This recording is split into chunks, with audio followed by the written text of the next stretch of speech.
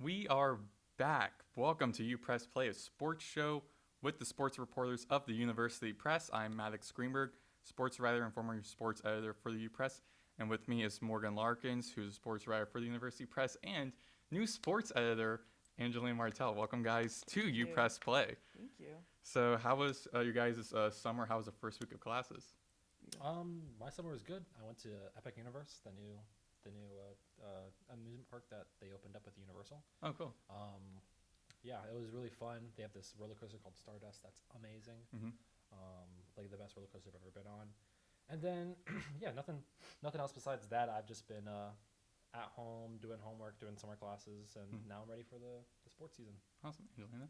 Yeah, my summer was actually very eventful, to say the least. I started recording podcasts, and I've been able to travel to schools like Texas Tech, Wisconsin, and I'm going to Mizzou soon, so I'm very excited about that. So, yeah, I've gotten a lot of different sports media opportunities. I've been writing a little bit, and just, keeping myself busy all summer. And now I think I'm ready to take on the new role as the second female sports editor of the University Press. So awesome. Shout out, Megan.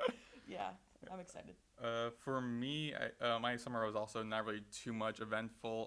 Couldn't really find any internships or job opportunities. So I just hung around watching sports, but getting ready for my senior year, final year, getting cover as many sports as I can with different media outlets and whatnot. So looking forward to that. First week of class was kind of interesting. For my schedule, it's back-to-back 4-hour plus classes on Tuesdays and Wednesdays. Same with me too. I have a 4-hour class and then a 2-hour class right after that. So, yeah. Oh my gosh. Maddox and I can both vouch for our 4-hour long class with Kevin Petrick. Yes. So, shout him, though. out to Petrick for multimedia journalism. But getting to some FAU housekeeping, the football season's about to begin this week. They're on the road against Maryland. I'm looking at for the schedule, the time it will be August 30th, this Saturday at noon, streaming on Big Ten Network. You can also listen to it for sports radio for FAU, Fox Sports 6 for the South Florida. So scouting Maryland, how do they look so far heading into this season? I mean, they are a Big Ten opponent. I mean, FAU last season as well, when they versed Michigan State, they can show that we're able to keep up with Big Ten competition. But one thing that FAU struggles with that I noticed Maryland is very strong with is their defense. And their defense and offensive line is very strong. But so I think with that being said, while Maryland has strong defense, FAU's new air raid offense is going to put that to the test. And with that being said, it is Coach Zach Kitley's inaugural season as FAU's new head football coach. He served as the offensive coordinator at Western Kentucky and at Texas Tech. And with him, he brings a lot of offensive talent. So there's Caden Veltkamp, who is the reigning Conference USA Offensive Player of the Year in 2024. And with him, he also brought Easton Messer, who played with Caden at Western Kentucky. They are a dynamic duo, to say the least. And media never fails to bring up that they played together at Western Kentucky every press conference. And I'm just like, leave the poor guy alone. Talk about his other wide receiver group. But, I think them together, it's going to be a lot of explosive offense. The ball is going to be thrown high and wide. And I feel like with FAU, you can expect, or we're going to try to limit turnovers this season and just maximizing the offense. And I feel like that's really going to bring out the wide receiver group a lot, and just in terms of getting the ball to them and getting a lot of yards on offense. And I think there's a lot of good things to expect coming into this team with this season. Even though it's brand new, there's some things that could potentially go wrong. I think Kitley knows what he's doing. I think he has a good idea. To talk about Maryland real quick, although they still have Mike Loxley, their head coach for the last, I think, 5 seasons, they're kind of going through something similar with FAU, like FAU has, where they're kind of cleaning the house, right? Their other coaches, the offensive coordinator, defensive coordinator, they're all new. They have a new athletic director, assistant athletic director. So they're kind of going through a little bit of a rebuild in the front office. But they're also doing the same thing with their players, too. All of their players that, made their team great in 2021, 2022, and 2023, when they were actually winning bowl games and had a record above 500, all of those guys have graduated and gone to the NFL, right? Now you have a couple of guys that are still there, like Husky, their cornerback, and they also and now they have a lot of new guys, and inexperienced guys, especially on the offensive side. Mhm. For example, one of them is Malik Washington, who's right now looking like he's going to be the starter, and he's a true freshman, right? So, how well is he going to be doing? How well is he going to do against, a first game ever against a defense like FAU, who last year was pretty good. So we don't know what we're going to be like this year. But I think the biggest difference, though, is that unlike FAU, Maryland is actually bringing back a lot of players who will start. Like their defense, they only have 2 or 3 transfers that are actually going to be starting for them. But for FAU, it's basically the entire team is transfers, besides maybe like 1, 2, 3 guys. So I think, although they are, the lower Big Ten, they are in the Big Ten. They do have, better and more talented recruits like Malik Washington and other guys. So, although, I don't want to already do a prediction, but although Maryland is one of the, the lower teams in the Big Ten, and they are inexperienced, have a new true freshman coach or a freshman quarterback, I do think that Maryland is still in a bigger conference. They still have more talented players, and they're probably still going to beat FAU. And for Maryland, looking at here on ESPN, they have a 42% returning production, with 39% from offense and 46% from defense. So a lot more players come out for defense versus offense. So interesting to see how that new offense is going to work out, particularly with also a new FAU defense. But looking at FAU, like you and I, Morgan, were both covering the spring game last semester, and like looking at it in the roster, that connection between Caden Veldkamp and Easton Messer, that like I think their one of their passes was for like a 60+ yard touchdown run, and like there's new guys coming in like Tyler Stolsky, one of the linebackers, and linebacker is a big position for them to fill out because like Jackson Ambush, they're like top player on defense. He already graduated, and Jared Gerald's also graduated as well. So trying to fill in that spot defensively. But also interesting to see how that secondary as well looks. They also brought in some guys from secondary, including I believe Devin Williams, I think it was, who is from UTEP. So looking at FAU's team, what are some of your preseason expectations for them entering this season? Considering we went 3-9 last season, we beat FIU, Wagner, and Tulsa. So that's technically, is FIU considered to be in our conference anymore, even though we play them every year without fail? FIU is not in our FIU? conference. It's Not just a anymore. Yeah, it's just a rivalry game. Okay, so that's one in-conference opponent that we were able to beat last season, which out of 12 games, right? 12? Yes, out of 12 games, we should be able to beat a lot more. I mean, I know Memphis has a very strong core. USF, another rival, I'm not necessarily sure how strong their core is in terms of like after the transfer portal and everything, but with schools like that, and then especially Army, Army's going to be another big one. I don't think we play them this year though, do we? I don't think so. They do play Navy though, and Army and Navy were both really good last year as well. Yeah, Army and Navy. But yeah, kind of like I said, given that our offense is new, that's a pro and a con, because while we have a young offensive core, and then as well as a young staff, being that Kitley is the youngest FBS head coach in history or currently, that can be something that we can build around in the future, and something that we're able to like mentor the players as well as maybe even like the coaching staff as well. Like they're getting used to a whole new system of offense essentially. But it's also a con because the defense may struggle to keep up, and that a first-year system may take a bit of time to acclimate to, just being that we haven't operated under an air raid offense yet, if I'm not mistaken. I don't believe so, no. But I mean, also that defensive coordinator too, also in his first year, Brent Dewhurst, also first-year defensive coordinator. So you got first-year offensive coordinator / head coach Zach Kitley taking both reins. He is 33 years old, and unique about him is he has.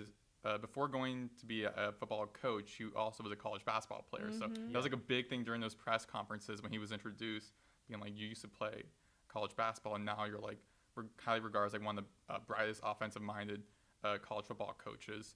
So that's interesting. That's really useful for FAU, but also be interesting to see how him as his first-year head coach in college football, how that's going to translate into his first season, plus having a new defensive coordinator.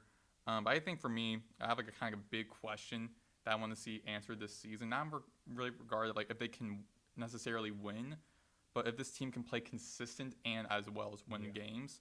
Because from the last couple seasons, It was like offense was struggling, defense was pretty good, special teams was also not there. So every single unit wasn't really together as a team, which like every single unit was like on their own separate ways. Looking at like playoff teams like Ohio State, Alabama, like those schools, their offense works as well with their defense and with their special teams. And you can't really have you can't be a great playoff team if every single unit is entirely different. So I think it'd be interesting to see how well they are working together as a unit overall as a team, especially for the special teams, because Kidley said that's where our best players are going to be at. And so I want to see how that special team is going to look as well playing against Maryland. And for offensively, just want to see how good that run game is, because a lot of the running backs have already left, including C.J. Campbell. He was a really good running back last season for FAU, and before that was Larry McCammon. So losing your top 2 running backs in back-to-back years, seeing how that run game is. They brought in a couple of running backs, a couple of freshmen, especially with that, as Angelina said, that air raid offense, because Kidley helped develop guys like Bailey Zappi and, of course, Patrick Mahomes. Yep. So he's 2 great NFL quarterbacks. Or at least Mahomes is a great NFL quarterback. Not much on not You much make on the Zappi. NFL, that's impressive. But the NFL, that is impressive, yeah. So seeing how well that air raid offense looks like, because even for last season, passing wasn't that great for FAU. A couple of games they play, I know for one, North Texas, a game that I called, they did look a lot better because they ran a lot more play action, a lot of passing and running, and both were looking really well. They ended up, of course, losing that game in North Texas, but it was still a high-scoring game. North Texas just played better. That was the closest I've seen FAU that season playing as a complete unit. Yeah, it's just inconsistency, like you said, because they're able to compete against North Texas offensively. It's 40+ points, and then they face UConn and they can't put up a lot of points against them. Yeah, so I think consistency as well. They just need to be more consistent. Heck, even if you do lose, just being consistent, because if you're consistent, you're going to at least be competitive every single game. Right? Yeah, for defense, I want to see just who's going to be that star and who's going to be that formidable force in that defensive front. Because again, top 2 linebackers, they already graduated. Couple guys on your defensive front also graduated as well. So who's going to be that top defensive end? Who's going to be that top linebacker? How's that secondary going to look? Just how's this whole team going to look in the first couple of games? And they're going to mesh well with each other, because they did have an entire offseason to work together as a team. But again, you're having a whole new production coming in with a new coaching staff again. You're bringing in new transfers, bringing in high school recruits. So how all of them are going to work together as a team. I think the cool thing, though, is that the defense won that game in the spring football game, remember? Mm-hmm. It was really the only great offense that was there, besides a couple of drives where they slowly drove down the field. The only the big play the offense was able to make was that Veldkamp to Messer 60-yard touchdown that they had. So it is good to see, even though in spring football game a lot of changed in the last 3-4 months. But it is still nice to see the defense be able to hold the Conference USA Player of the Year back a little bit. Yeah, but I'm interested to see primarily more just how that offense is going to look. So I feel like the defense is going to do well, but especially how much praise Kidley's been getting during this offseason. This guy's one of the best offensive minded coach, the quarterback whisperer. How well is that going to look? Because we covered the past couple seasons where FAU had multiple quarterbacks starting in one season, so quarterback was a big issue. And the receiver room was very thin last year because a lot of players got injured and a lot just really didn't stand out. So hopefully Easton Messer be that wide receiver one, and especially who the new tight ends including Reed McCaskey, I think his last name is. Reed McCaskey, that guy coming in from a power school as well. It's how are those guys going to stand out in the offensive core, especially in that receiving group? For looking at the schedule, they're going to be opening against Maryland on the road. Then the first home game will be against Florida A&M on September 6th. Then the week after, they're playing against FIU on the road, which I think also is a game I always still kind of put a little star next to, even though FAU constantly defeats FIU. I feel especially a new coach in your first season, if you can't beat a school like FIU, which the previous coaches have put 40, 50, 60 points over FIU, it's if you can't do that well against FIU, that's going to be kind of a problem with the student bodies. There's a little brother school, and you either can't beat them or barely put enough points over them, then it's not going to look too good. So that's going to be very interesting to see. I will say, too, I went to FIU spring game, and it does not look very promising. So I'm praying that we can actually pull away with this one because, it was 3 hours of high school football. Just looking at the schedule, they do have a lot of tough opponents. Of course, Maryland is Power 4 conference team. Memphis and Tulane always find themselves to be good every single year, since the 20s. Yeah, I mean, like, started. Memphis is gonna be Tulane's promising every year. Yeah, Memphis is gonna be interesting to look at though, because they have a new quarterback coming in. Because Seth Hannigan, he put up he's like the best quarterback in Memphis's football program. So they got a new guy, I think like a freshman or whoever coming in, Brendan Lewis. So how he's gonna look in that season, particularly going against FAU. In Flagler Credit Union Stadium, new stadium named for FAU, which I think was also very great to see.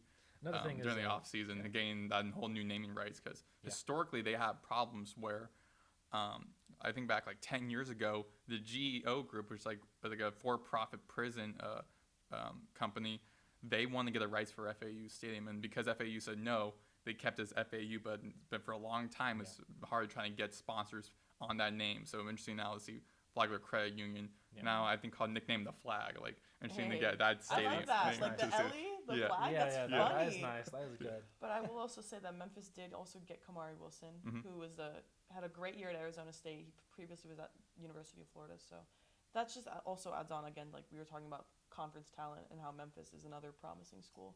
So that's going to be someone else to watch out for. But I kind of backtracking to our first official season opener and how we're playing away. I will say home court or home field advantage is a very real thing. So that's something we're also going to have to take account of when we play, because their fans are going to be loud, they're going to be rowdy, whatever.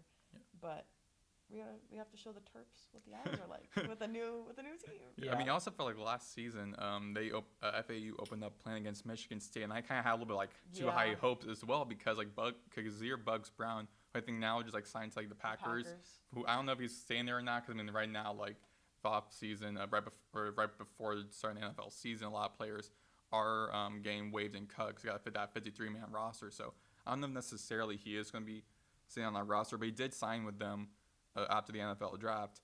And like that first game against Michigan State also wasn't that good last season, but they opened up the season against Michigan State and they almost beat Michigan State by like a couple. 16-10. We're one touchdown away. Yeah. So like Kazir Brown, he won the first passes I think in that game. In the opener, he caught an interception, like right in front of like FAU sideline as well. Like this close to being incomplete, being incomplete. Yeah, he caught it. It was really. I remember that play was like being reviewed for a couple times. Like, was his foot like actually in bounds or not? So I mean, there were some high hopes in the way from that game, but also being like they're starting the season again on the road against a Big Ten school, which regardless of however you are ranked in your Big Ten conference, in Maryland projected to be one of the bottom 5 in their conference. Still, you're in the Big Ten school, so it'll be interesting to see how FAU plays against them in their opener. Again, I don't really have too high hopes for it. I still feel like Maryland's going to beat them. But again, for me, it's more of like, I don't necessarily care too much about like if FAU does win, just more of like, are they very consistent? How does that team look in all those different units? Are they going to be playing again very separately? Like one side, like an offense can barely get any points on the board and the defense is going to be drained out every single game like happened last season? Or is it going to be something similar to like a North Texas where every single unit of the team plays well, but they also now just happen to win those games as well. So FAU football this year is definitely, because they haven't been good since 2019. So it's definitely you have to wait a few games to be like, okay, this is what FAU football is. But I will say this, unlike Michigan State, Maryland's actually been a pretty decent program the last 4 years in total.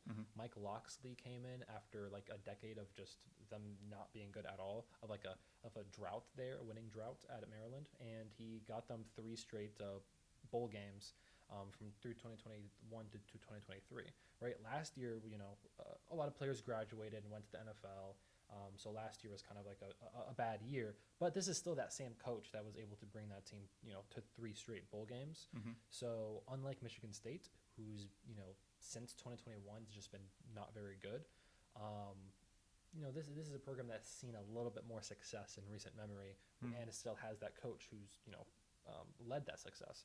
So I think that, especially if we win, I think it'd be a little bit more impressive than if we beat Michigan State last year. Now going into FAU men's basketball. So the season hasn't started yet. It's going to start in November. But again, for the second straight year, there's going to be a new starting 5 because every top player from the FAU men's basketball team last year have really just went to different schools. Some new additions FAU got are Devin Williams from UCLA, Kanan Carlisle from Indiana, Isaiah Elohim from USC, and Josiah Parker, a freshman who was a McDonald's All-American nominee. And the team totaled 390 turnovers last season, so it'll be interesting to see with this new roster coming with under John Jacobs in his second year. First off, how much he learned from his first season, particularly for scheduling games. I mean, I got a couple games, meaning the ACC school, Boston College coming into the Ellie, playing against St. Bonaventure, I believe, on the road. St. Mary's also on the road, and playing in the Sunshine Slam with 7 other teams. So they're already kind of working through their non-conference schedule, which is very important, as well as conference games. But for the non-conference is really where you stand out from the rest. I think the difference between this season and last season was the non-conference schedule. Last season is a lot tougher than what it is now, right? We're facing a lot of schools that, besides Boston College, aren't really in power conferences, right? This season, most of them are mid-major teams. Last season, it wasn't like that. We faced Michigan State. We faced and Auburn. In an exhibition, though, and we still that was an exhibition. Yeah, but it's Auburn. Like we had multiple power conference teams that we faced in the non-conference schedule.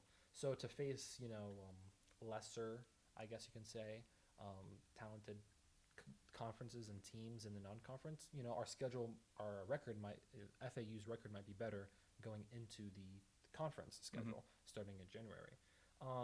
This is gonna be an interesting season. I'm very excited. A lot of the transfers that we brought in, like Devin Williams. You didn't mention in here Maxim Logue, I think. Oh, Maxim Logue, as well, yeah. A lot of guys that bring in size because we lost like Trey Carroll, we lost Baba Miller, right? And Trey Carroll was a huge like gut punch though. Yeah, he was like a prodigal son. He's an FAU guy. Mr. FAU, shout out my dog Trey Carroll. I miss him so much. But the transfers I just mentioned, right? One, they bring size that we need because our best big men left. And FAU, like last season, they brought more experience, right? Like Trey Carroll had that experience from before with FAU in the Final Four and the March Madness run with Dusty May. And then you had Baba Miller, who's already had a ton of experience with FSU and playing with Spain. And like these guys are more on the talented upside front rather than experienced front.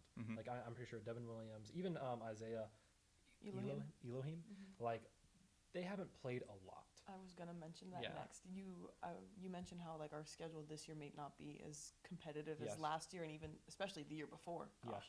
But you have to also like keep in mind like even though these transfers are coming from, some of them are blue blood schools like Indiana, UCLA, like these are big name schools, USC as well.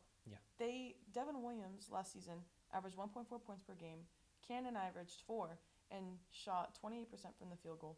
Let alone, I believe he shot like 42.9% from the free throw line. Not even from the field. Yeah, the free throw line. No offense, Cannon. Isaiah Elohim averaged 2.1 points per game, and Maxime averaged 2.9. So regardless of, these are more than likely going to be players in our starting 5. You also have to keep in mind, like, they haven't gotten the maximum amount of playing time. Whereas Caleb Glenn at Louisville was the leading scorer, and more than likely that their best player on that team. Because when he was on the team, Louisville was not good. Now they're in the preseason top 25 poll. And then as well as Baba Miller, he was one of their best players at Florida State. And then he was one of the top defensive or like top rebounders for FAU last season. So all of those players from last year came in with prior experience and prior accolades. So keeping that in mind with that team, even Ken Evans, for example, he was, I think the MAC Player of the Year or the WAC. I remember he was Conference Player of the Year. We had not as many, power conference transfers last year, but we had a lot of experienced, like leading scorers from lower tier, like, but they were experienced. They were graduate, senior students, student athletes. Kiki Tandy. Yeah, exactly, who were leading their team in points, assists, rebounds, etc. Right now, this year we're having a lot of talent upside guys who have not played a lot of minutes, but like Devin Williams and Isaiah Elohim. I butchered that name. It's okay. But both of those guys, they were 4-star recruits coming out of high school. Oh yeah. Right? So he played at Centennial. And Elohim played at Sierra Canyon with Bronny. Yeah, with Bronny, yeah. So like these are high upside players, and we just hope that Jackas can. Yeah, but also going back to what I was saying about the whole like non-conference schedule. Last season, that non-conference schedule, most of it was built by Dusty May. So that's non-conference was built for a team that made it back-to-back Final Four runs. So now it's like the first season for Jacobs building the entire non-conference to try to like help with a new roster like he's having now. Again, returning an entirely new starting 5 lineup, and just a couple players who returned to the team, including Devin Vanderpool and Nicola Murray, who both of them I believe going to have like substantial playing time this season as well. So with that non-conference schedule too, I mean, playing against like a ACC school again, I don't think they really weren't that good. I think they were like the bottom. They were like the worst seed last year in the ACC at Boston College, but playing against an AAC opponent, a Power 4 conference school in your home court, that's pretty big. But again, like St. Mary's is also a really big basketball school. St. Bonaventure a couple years ago, they were very big. Boston, they're a very big basketball school. And playing the Sunshine Slam, a lot of the teams in that Sunshine Slam, including George Mason, Ohio, not many two big, well-known programs, but just even having playing against some of those teams, you could turn out in their favor for them in non-conference, because last year they played against like Oklahoma State and I think like the Charleston Classic or something, and they like barely defeated Oklahoma State, and Oklahoma State turned out not be that good that season. Same goes for like Michigan State. Michigan State really wasn't that too good last season. They did lose pretty bad to Michigan State, so that stuff kind of like falls back on you. Given though. But yeah, you also like kind of like adding on to your point, you can't just assume because a school isn't as big of a basketball school that doesn't mean that they're going to be good competition. We can even use us as a perfect example. Conference USA, Florida Atlantic University. What the heck? Like, who are they? Yeah. Who have went like undefeated in our conference, in our conference, correct? I believe so, yeah. Yeah, went undefeated, won regular season and our conference, went all the way to the Final Four. Who's to say that like no one else can do that? But also adding to your point, Drake, we played them in the Charleston Classic. Their team is such an interesting story. Their coach and I think their whole starting lineup, they all started at a Division II school, and then they transferred up with the coach. And they had like 30-something wins last season. They were undefeated for like 11 games. Again, like they came from a Division II school. No one thinks that they can ever keep up with Division I talent. And that's the beauty of the college and then basketball. Look at it. They were one of the 3 undefeated teams. It was them, Auburn, and Florida. To even keep up with 2 SEC teams, let alone Florida, who won the national championship, that's insane. That's ridiculous. Yeah, college basketball is a lot different than college football. College football is more predictable. Like certain programs are just like they churn out talent every single year, and the colleges that usually churn out the NFL talent usually are the best college football teams throughout the season. But in college basketball, there can be, I don't know if you guys remember this, I just lived close to FGCU, but 10 years ago, 10 years ago when FGCU, none of those guys went to the NBA. Like, and there's so many schools that are like that too. Like out of nowhere, FGCU goes to the Sweet 16 for like, and they go to March Madness 2 years in a row. Wasn't it Dunk City? Dunk City, yeah, exactly. And none of those guys are the NBA. But everyone remembers the run they had. Exactly. Like there's so many schools in college basketball where like although you don't have like NBA talented players, the coach is great, the chemistry is great, the program is probably like at least decently good, and they can go on a run and they can beat even players that do go to the NBA. So it's a lot different from college basketball, college football. I think it's even worth it bringing up as FGCU is probably an honorary rival school of FAU now, because not once but twice they defeated us. And then the last year just happened to be a buzzer beater, and I was there for that game, and I just remember I was like, because that was also right after we came off of that double overtime heartbreaker to College of Charleston. So I was just like, that too was also an amazing game. That was a 2-week long trip. We were on the road for like I think 12 days straight, and we come back, play our first game at home versus FGCU. Same thing, different day. I mean, are you? I thought you were gonna bring that up, and I was like, no.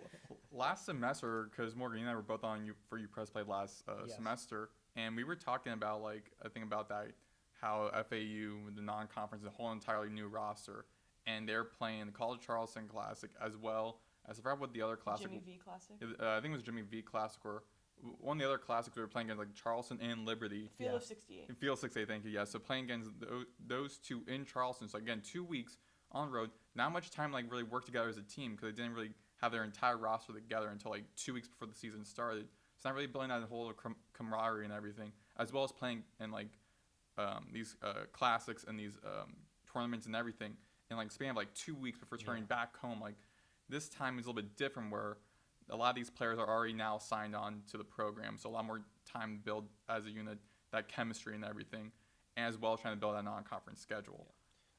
Usually, more times than not, though, games like that, those 2 weeks, like road trip rodeos and stuff Mm-hmm. like that. Those usually can tell if a team is, decent to Mm-hmm. great. Great teams are going to have come out of that 2 week on the road with a winning record. And there are of course teams that they're not so hot the first half of the season, then they turn it up and they eventually get to March Madness. But usually the March Madness teams, they unless of course because there's of course always a team every single year that's maybe not the best record wise, but they just got hot during their tournament, during the in-conference tournament. But usually they're the best teams that go to March Madness every single year. They're good throughout the year. They're good away, on the road, as well as home. And last season, FAU wasn't that. Mm-hmm. Yeah, I'm looking on to another sports program that just started their season as well is volleyball. They're actually going to start their season this Friday and then Saturday, hosting the Florida Link Invitational. I was there writing a recap for the volleyball exhibition game where they play against Miami-Dade. And it was weird. They won the traditional they won 3 sets, but the volleyball won 3 out of your 5 sets.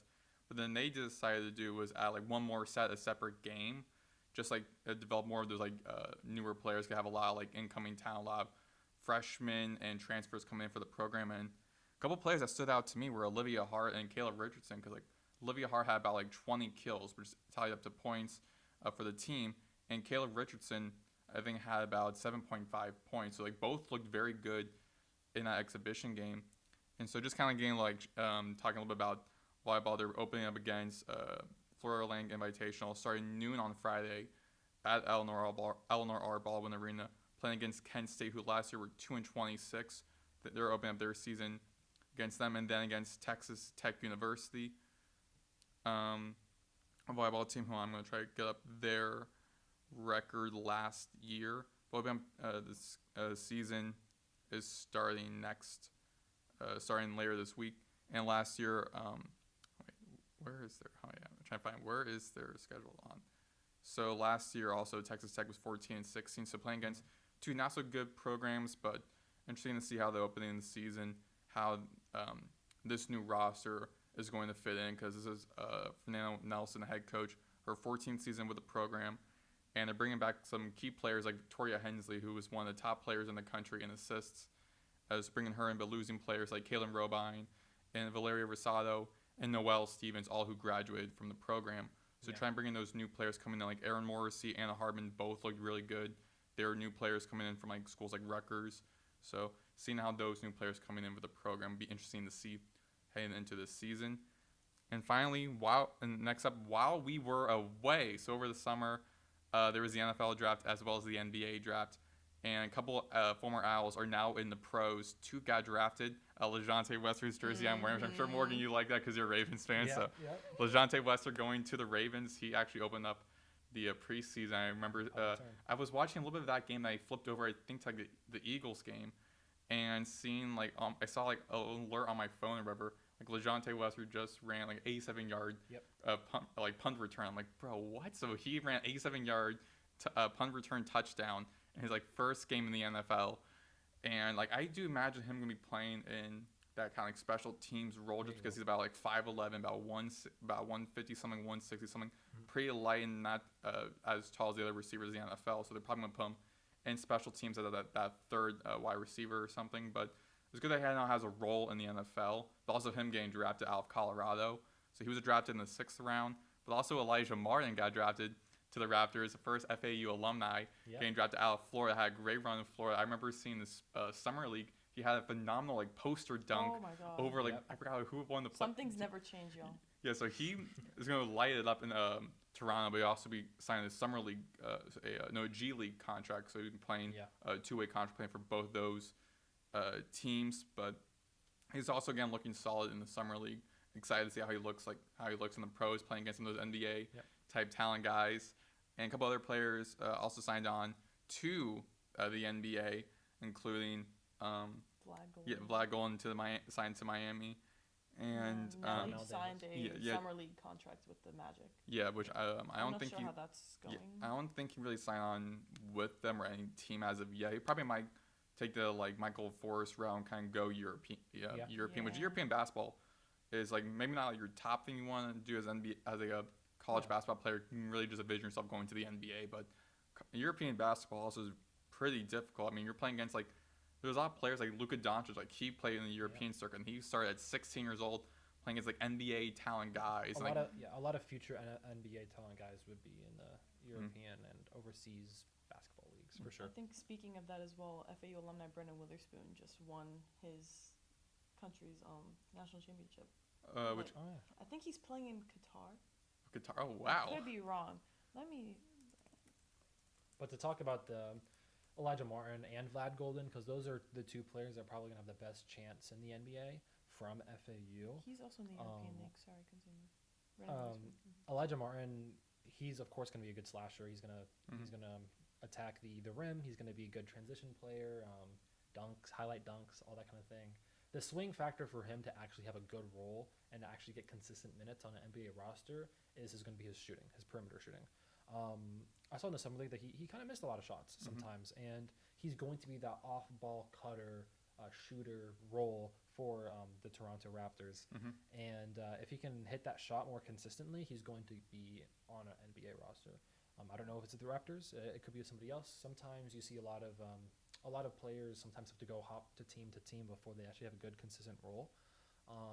But yeah, and same thing with Vlad Golden. He looked really good with the Heat.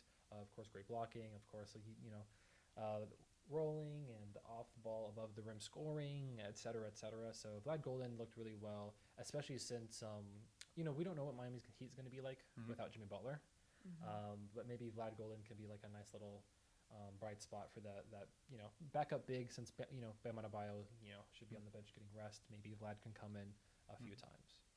And to talk about LaJohn Wester real quick, because we're talking about football. LaJohn Wester is going to have a really nice role with the Ravens because he's going to be the punt returner. So he's already going to have a big role with the team. We've already seen in the preseason. Yeah, exactly. He returned a nice return for 87 yards, touchdown. He knows when to fair catch it, because some guys like, let me catch it real quick, do a little spin move and try to get some more yards, and then usually they muff it or they get tackled and they get hurt. LaJohn Wester is really smart with how he can return, and we saw it with FAU and Colorado, right? LaJohn Wester is going to be a good returner for the Ravens, and he's not going to get a lot of playing time wide receiver wise, unless there's injuries. He's probably the sixth receiver, which is the last spot. But I think also just interesting to bring up before we go to our final subject for the show is LaJohn Wester going to the Ravens. He's reunited with his former head coach from FAU. So Willie Taggart, he's the running backs coach for the Ravens the past couple of years. So now both of them are reuniting over at Baltimore. I feel like it's pretty nice. It would be good for chemistry for the coach and player and the NFL. But finally, in some other news, the NFL season is about to start next week, which would also be very exciting to see kick off the Cowboys and Eagles on September 4th at like 8:20 p.m. Right. So before the season starts, let's talk about early NFL playoff predictions. We can like clip this and like see how it looks at the end of the season. Oh my God. I don't have a Super Bowl. I don't know who's going to win the Super Bowl, honestly. But I know that the biggest storylines to watch are going to be the same teams from the AFC, which are the Ravens, the Bills, and the Chiefs. Can the Ravens, the Bills, or another unexpected team beat the Chiefs finally and go to the Super Bowl and finally be the best AFC team for once? Like, the Chiefs have won it every single year for the past 5 years. So we need another team to finally win it, either the Bills or the Ravens. Honestly, as a Dolphins fan, I want the Bills to win. That's weird. I know, because we have no... I hate the Bills. Me too, but it's fine. Just roll flashback of the because I know the Patriots and the Jets can. Oh yeah, I felt so bad for Mark Andrews because when that happened, like all he's like a good player too. Yeah, but a lot of Ravens fans just like I think it was like Ravens fans just like hated him immediately. He's so good. But then like Bills fans are so awesome because I remember like with Andy Dalton for the Bengals when he helped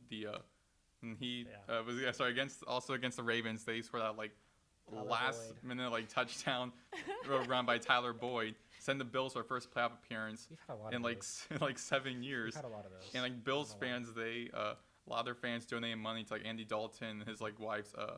I forgot what their charity was. I think it was for, like something with like dogs, but they donated money to that. And, like they did that a couple of times, like opposing players and opposing teams' players. Like they donated money.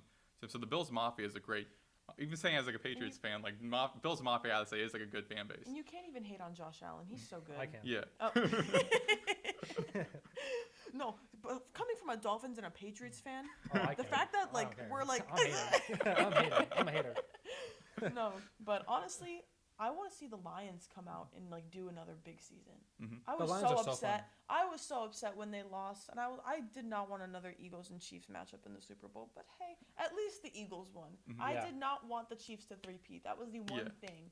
And It's never three-peating in the NFL is not never happening. happened. The only time and it I hope ever it stays that The way. only time it happened was before it was like the Yeah, before the NFL Super Bowl. AFL merger was Yeah. the Packers. They went I Physical. think from like 64 to like 67 or something.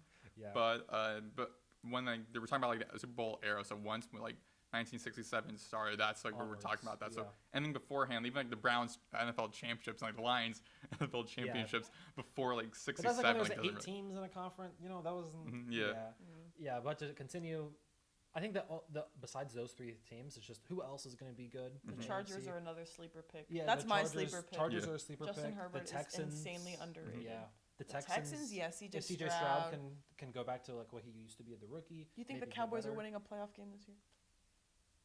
I don't know. There's too many good teams in there. There's too many good teams in there. Like the Cowboys gonna be something Or in very the interesting to division. look at because I was talking They to are this with my dad the other day, like talking about how like their top player right now, the top player in the league, Micah Parsons, right now contract dispute. Looks like as of now he's not gonna play because Jerry Jones is not showing any effort. He's like, oh, this is like a weird quote an owner can ever say. He's like, the Dallas Cowboys are a soap opera 365 days of the year, and I just stir the pot every now and then. That is not great to say as an owner. But also he recently said how there's no room for a third chair there. So saying like for the contract extension thing, it's just gonna be you and me, Mike. It's not gonna be your agent, no one else, just you and I. So I think interesting to see that.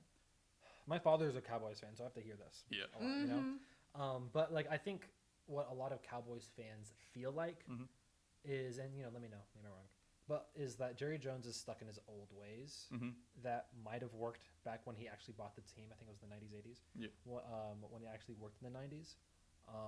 But now it doesn't work that way anymore. Yeah, I mean the whole thing about like Jerry Roper, like I remember like former Cowboys players said like it's basically a zoo. Like you can, as like a Cowboys fan, even like a generic fan, like pay like a couple of dollars for like a ticket. You can like tour the facility while the players are working out. Like they have like a window in the gym where the players are working out. So you can only like look at them while they're working out, basically like a zoo. So I'm thinking like that's just a wild thing. Yeah, like as like a it's a owner, theme like park or something. Jerry Jones is all about himself, a whole bunch of like ego type talking, just all about himself, putting himself in the news. So I feel like as an owner, that is not good. And with Micah Parsons' dispute, if it doesn't resolve itself anytime soon, the first game of the season doesn't look too well. Particularly with the Cowboys, also have a new coach from within their within their coaching tree, because he was I think one of the coordinators or one of the position coaches for the Cowboys. Wasn't on anyone's radar for like who's gonna be their head coach. I remember when he signed on to be the Cowboys head coach, people were like, you guys couldn't get these other guys who were like also like qualified, were like on the top of everyone's list. You chose this guy, so it'll be interesting to see how Brian Schottenheimer, the new coach for the Cowboys, how he and the whole Micah Parsons contract dispute, how that impacts the Cowboys. Because last year they were 7-10, and before that they made it to the playoffs. So with injuries though, because they had injuries with Dak Prescott and stuff. Like this is the Cowboys are a playoff team without injuries. It's just the NFC is getting better and better. And to talk about the NFC real quick, you know, how good will the Eagles repeat, or will they be repeat NFC champions? Washington looks really good. Yeah, they might have the next elite quarterback in Jane Daniels. I mean, it also could be kind of like a CJ Stroud type thing. Like Stroud was a great like rookie campaign. Like the second season, it kind of fell down. That's why a lot of people like they were like same thing with CJ Stroud, because they did this with him. Like, oh, he's like a top 5 quarterback. I'm like, let's pump the brakes. Rookies, we have to see what he does. Like for a stretch of time, not for like individual seasons. But talk about the rest of the NFC though. All of the divisions are interesting this year. Yeah. The East and the North divisions, like they're probably gonna have multiple playoff teams, right? Like the Lions, the Packers were a playoff team last year. Maybe they can repeat again too. Maybe Jordan Love gets even better. The Lions have been great the last 2 seasons. Let's see how are they finally gonna get over that hump?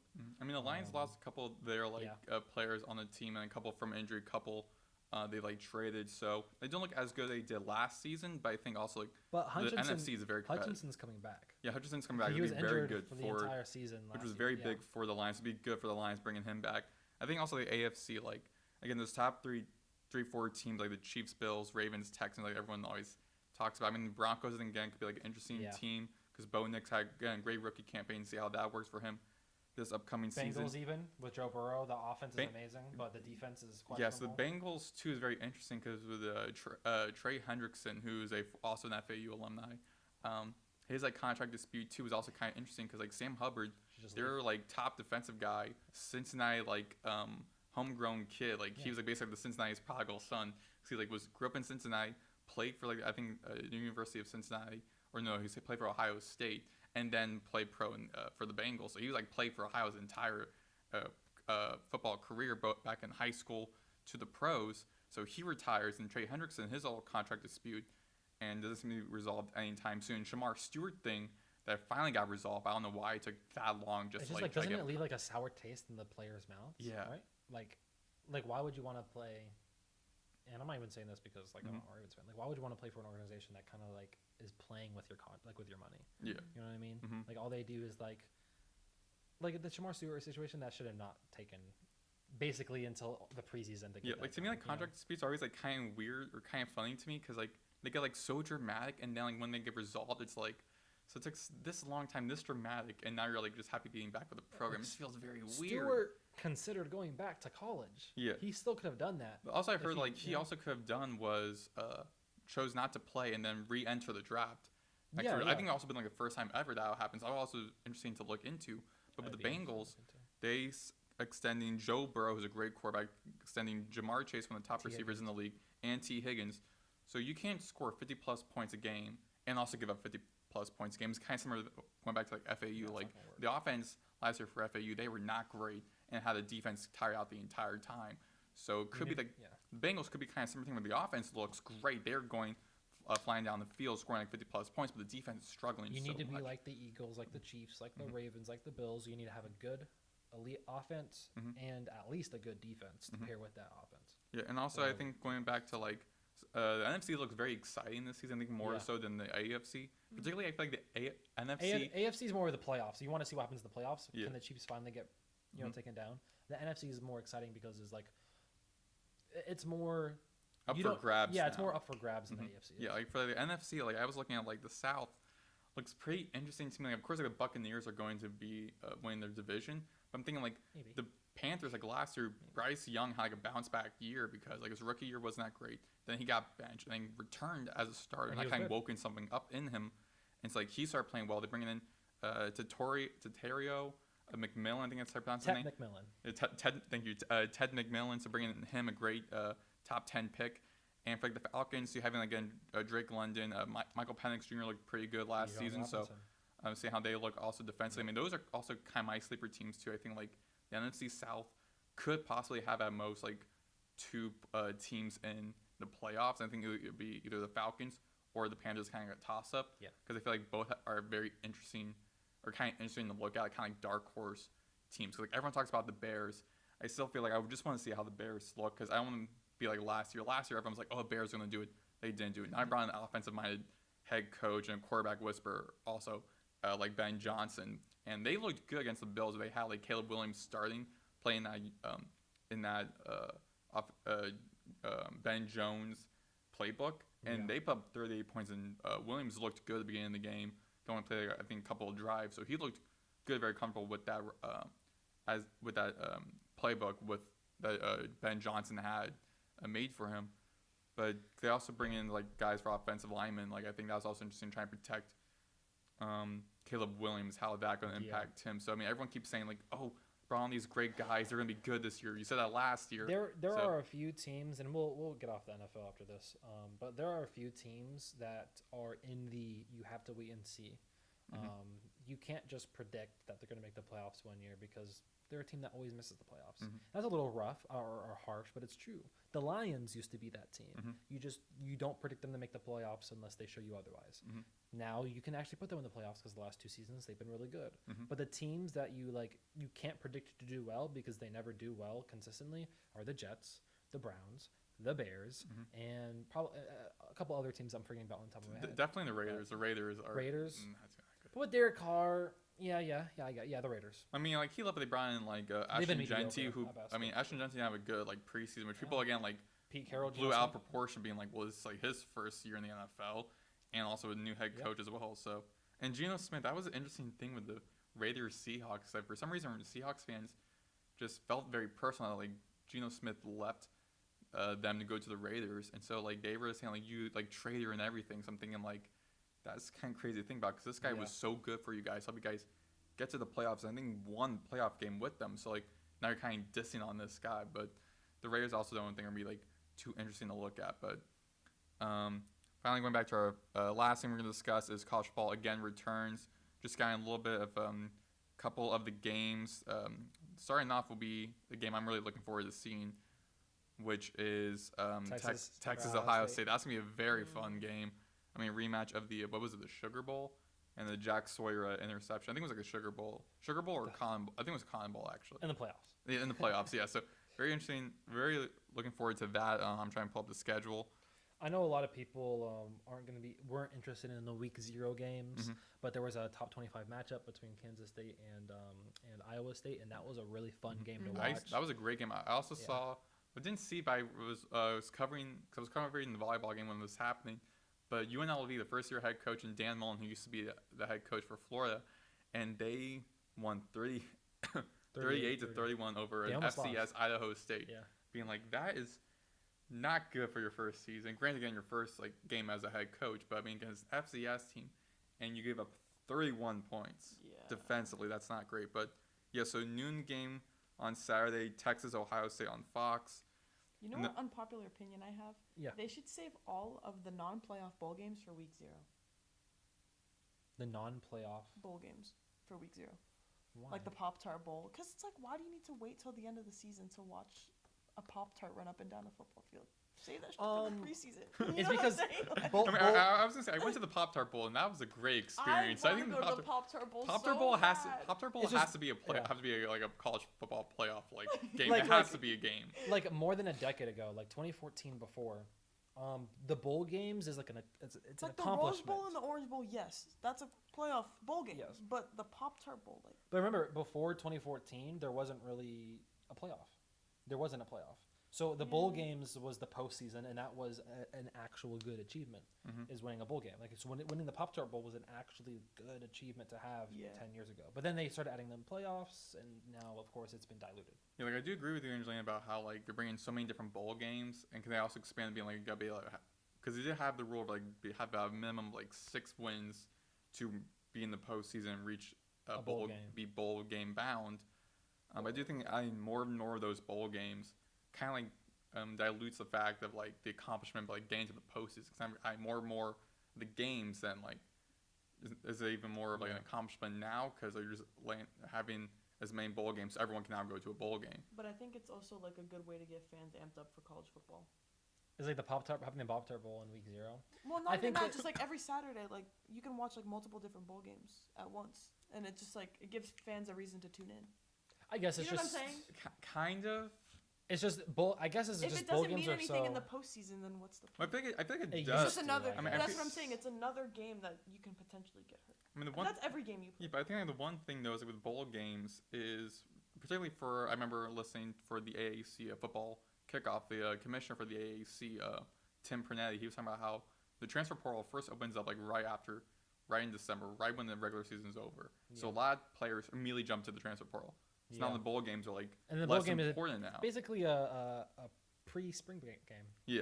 You got another game before spring football. Like I kind of understand a little bit what you're trying to say. Like every week having one of those like non-playoff like bowl games each week. But I feel like that also might. It's just a way to promote college football. I think maybe college football, in my opinion, is so much better than professional football. I feel like when they're like a bowl game, like for it being the postseason, an accomplishment is we're kind of starting a bowl game right when the season kicks off. I don't think it's much of an accomplishment, but like doing like a special game at kickoff. Like I still never understood why they do like an Ireland game to kick off college football. Really I think it's cool because yeah, that was funny. Notre Dame in Ireland. It was like Farmageddon, and it's like I think it's cool. This big rivalry, and you're kicking off in Ireland. Because like college basketball has those games, like the Maui Invitational. But that's like a very accomplished thing. Yeah, doing stuff like that for college football can definitely work. It's just it can't be as big as college basketball because obviously teams can't travel that much. Like that's so exhausting. Yeah, exhausting and expensive. But to maybe not the bowl games because the bowl games you actually get a trophy and an achievement, and that's considered postseason. Yeah. So just that's like our Shula Bowl. Yeah. Exactly. Yeah. So why not have more games like that where it's like maybe you go to Or you go the to Mega Hawaii Bowl or you for go basketball. to you go to places that usually don't have like games played. It's like a special place to go to every single year. That'd be kind of When fun. I actually went back to the Shula Bowl, I feel like because FAU and FIU are in a way It's a rivalry. kind of a rivalry. No, So like rivalry week is like week 12, I believe. So I'm wondering why they don't like have that every week Because 12. it's in conference. Yeah. I guess like being like a non-conference thing, Okay. like Well, don't no, want to- because Florida Actually, State plays UF. yeah, I was gonna say yeah, FSU and UF and Georgia Rivalry Tech, like they're week like as South in- Carolina Clemson, like Rivalry week as in classic rivalries. So of course the Shula Bowl is not going to matter as much to like the random person. Michigan, Ohio State. Yeah, you true, have, true, yeah. Exactly. Yeah. Yeah. But no, going back to like games we're excited for, this is mostly a joke, but it's also kind of not. I want to go so badly to the Penn State FIU game because it's at Penn State. I just want to see a 100-0 blowout. Just like I just need to see that. And then the stadium pulse. Yeah. I need to see that so Penn bad. State has that's so awesome. Yeah, Oh, I mean, that's so yeah. LSU It's mostly a joke, but at the same time, it's just not a joke. I mean LSU Clemson also gonna be a very interesting game to see. 'Cause Yeah. I mean they both have Oh, yeah. quarterbacks who are gonna be projected. Both quarterbacks definitely gonna be in the NFL. Garrett Nussmeier for the LSU and Cade Klubnik for Clemson. And Clemson, I was watching a couple of these like college football like shows on YouTube, and they're talking about how like Clemson's very interesting to look at because Josh they're Pate. returning about like 70-something% of their team, like Yeah. the most for any like team, That's crazy. and they're looking really good this season. So to these like playoff caliber teams opening up the season, where basically either go undefeated or win one or at most 2 games get into the playoffs. Which for the playoffs, it's interesting they now changed the format where it's no longer like the top 4 seeds or who wins their division. Now it's like every single seed you win is like how well of a team you played. So most likely non-conference, group of 5 champions like Boise State or anyone from the American, they're going to be like a 12 seed. Yeah, no matter what, because unless you're ranked in the top 12 like Boise State was, Yeah. even though they were already in the bottom of that 9, 10, 11, 12 range, if you win your conference and you're not one of the Power 4 conferences, you're going to be the 12th seed, like no matter what, Yeah. because you're the worst team. And I also still Out of don't I like they changed the format, but I still don't like the fact that the college football playoff is 12 teams because I feel like I 6 like is that so much better. I feel like 6 is It's a bracket now. You can actually make a bracket. Yeah. And it's also like you don't have to get robbed like FSU did not last season, the season 2 years, before. 2 seasons. yeah, but I feel like for That's that insane. I feel Just like because Alabama won one game against Georgia, they're automatically in the playoffs. That's such. But- They didn't do that good that year. But I feel like also like we're just winning like having like 6 top teams in. I feel like makes it more like interesting to be like who exactly could Because get like in, who four could. teams, 'Cause the I 4 feel teams are deserving, but then there's always a couple of teams that could have Exactly. made it in, It's so make it 6. controversial. Yeah, So because I mean like for like because I feel what, like 1 and 2 would have to buy. because I still feel probably because Probably. I still feel like 12 teams. I still don't think there are 12 college football playoff caliber teams like SMU, I probably do. Indiana, really not playoff caliber Maybe- teams. Maybe we can meet in the middle with both you guys. We can have a little bit more of a bracket. We can have less teams and do 8 because it's Maybe. Yeah, I mean, maybe. there could be like 8 playoff teams. could Granted, be. a lot of them would be like Could bigger be. name schools, but I feel like it'd be a lot better because I feel like with but the it's 4 also- was very interesting. Like, who's going to really make it? But then there's always those fans like, oh, we should have been in. We should have been in. Yeah. They always put down for the playoff like top 6 teams. So I'm saying just put like imagine the if top UCF 6. was in it at 2017. Oh my god! goodness. But there's also that like that outlier, like you said, where you can have the 12 teams, and then like you said, maybe Indiana or SMU or Boise State. SMU, yeah. SMU, like those are like obviously they're great football programs. Like they're in the preseason top 25, Mhm. or no, they're in the current top 25 poll. Yeah. It's like obviously they're there for a reason, but it's not your first pick to go to. Yeah, I just The don't feel like they're like championship. playoff caliber teams. They're teams There's you know that who are like always playoff Cinderella caliber. story.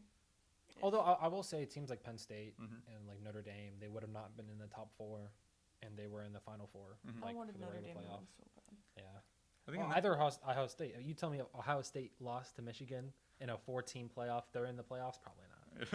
But I think also was one final game that kind of stands out to me is the Thursday game, and we were talking about this before we started filming. Boise State in South Florida, because my sister goes to USF, and I'm from like the Tampa area, so seeing like USF in Raymond James Stadium hosting Boise State, a playoff team, Yeah. number 25 in the nation, that's really interesting to see. Also interesting to see how this Broncos team looks because Ashton Genty, he was like the He reason was you guys. Boise State. He was. Yeah. He was the reason why that program went into the playoffs. But then you got guys like Maddox Martin, I think his last name was like the best name ever. No bias, best name ever. So, like, I'll see how he's going to look with his new Broncos. Because he was team good. playing against Like, USF. he's a good Yeah. quarterback. Like, so Maddox is going to be very interesting to watch. Thank you. Yeah. Thank you. Yeah, you're not him. That's funny. That was good, Maddox. But I'm sorry you didn't mention Notre Dame versus Miami. Yeah. Because there were. Well, that'd be a good game. That's too. on Sunday. Yeah. But they're 2 top 10. And that's in Miami, right? Yes. Yes. So also going to be interesting how that Miami team, because they looked good with Cam Ward. I remember I was watching that Pop-Tart Bowl. That was like one of the best. I like Carson Beck. That was like one of the best like games I saw like in person. It was like 42-41. Because like a couple weeks, like a week or so prior, I was watching the Gasparilla Bowl in Raymond James Stadium with Florida and Tulane, and that game was so boring because Florida was just up over them easily. They won I think like 20-something to like 7. Like Tulane didn't do anything in that game, and then I was like, well, we got a Pop-Tart Bowl. We gotta watch that because the Pop-Tart Bowl. My dad's like, what's the Pop-Tart Bowl? I'm like, it's the best experience. The best bowl so game so we went ever. we went to Orlando, which my dad hates because Orlando traffic and everything. Oh, I-9. Yeah. Or I-4, sorry. Yeah, I-4, yeah. So that game, though, was exciting because it was like 42-41. Rocco Beck versus Cam Ward. Cam Ward, Xavier Restrepo, both of them looking really good in that game. And 2 of the NFL caliber receivers also playing that game. That was a very fun game to see. Yeah. So it'll be interesting how with replacing Cam Ward with Carson Beck, how Carson Beck is going to look. I was just going to ask you, how do you think he's going to do? I don't know. I mean, he really wasn't that good. I mean, he was okay in Georgia the past couple of years, but then like He's not $4 million. yeah, but also what's funny is the fact that his girlfriend was She played for Miami basketball. yeah, Haley He cheated on her. Yeah, Haley he I thought she just left him because like he went to No. Miami because his girlfriend at the time, Haley Cavender, she was there. Then they break up. I'm like, so now he breaks up with you, and now you're Shorty in breaks now you're in Miami. Now you're like stuck with Miami now, man. Yeah, right? I mean, oh no, I'm stuck in the 305. Oh no. Making $4 million to play football. Oh no. But yeah, no, all jokes aside, I don't know. I haven't heard many good things about him. He's like a good college football quarterback, but like He's not great. I mean, he's he's not like entering his like He's sixth. not going to live up to Cam Ward. No one can live up to Cam Ward. yes, yeah. In Miami not a football? lot of people can. I mean, he's also entering his like 6th season, I think. Again, And I mean, which also I'm like, bro, I feel like players who are like entering their like 6th or 7th season, it's like you're not gonna go pro because someone's gonna want to try to get a rookie who's like 25, 26. So like, That's true. I say they're just like, dude, try to get a job. Like the one guy, Cam Johnson was his name? The guy who's like the tight end for Miami. He played at Oregon. I know who you're talking about. I don't remember forgot. his name. I know his But he first was name like is Cam. Yeah, He's and like 27. he's like 27 years old, entering his like 9th or 10th season. Oh yeah, like the 28-year-old. Yeah, I know exactly who you're talking yeah, about. it's like Cam's. That's so crazy. Cam's something. to I'm like, me. dude, like no one's You need gonna a get near. job. He's not gonna get near 30 years. I mean, bro, unless you're getting your master's, like your doctorate degree, like, dude, just like Maybe he's I a mean, doctor. Most likely he might, Maybe he's a unless you're doctor. trying to get 3 different bachelor degrees. If he ends up actually getting drafted, he's gonna like play 3 years before he has to retire. Yeah. I think before we end the show, I'm guessing. I guess the biggest storylines to watch for college football this year is, of course, the repeat. The champions, are they going to repeat Ohio State? Another one is Arch Manning. Yeah, how is he going to live in Texas? Yeah. He's the legacy. Yeah. And then I guess you have little things like how is Deion Sanders going to do in Colorado without Travis Hunter and Shador Sanders? Yeah. That's a good one. Penn State, can they they are another team that went to the Final Four and they're bringing back a lot of players like Alar, Clemson's 70% return rate, et cetera, et cetera. So those are probably the biggest storylines I'm looking at this season. Yeah, I'm also just looking forward to see again, just like for the first week, just who stands out. Same for the NFL, Yeah. like which teams stand out, which players look good, which teams don't look good. So it'll be interesting to see, especially with college football, because again, for stuff like USF playing against like 25 Boise State. How's Boise State going to look without? Because it's like a test for both of those teams. Yeah. Because USF was like kind of looking good last year a little bit. Maybe this is like, are they going to progress, or are they going to be USF? Yeah. And how's Boise State going to do? Like, it's interesting. All right, signing off. Where can they find you guys? They can find me on all social media platforms, MJ_Larkins. And you can find me on Instagram at Angie with 2 E's, Martell. You can find me on Instagram at MaddoxBlade04 and on Twitter at Maddox Greenberg. Thank you all. Have a great week. Sign off. Peace. Go Owls.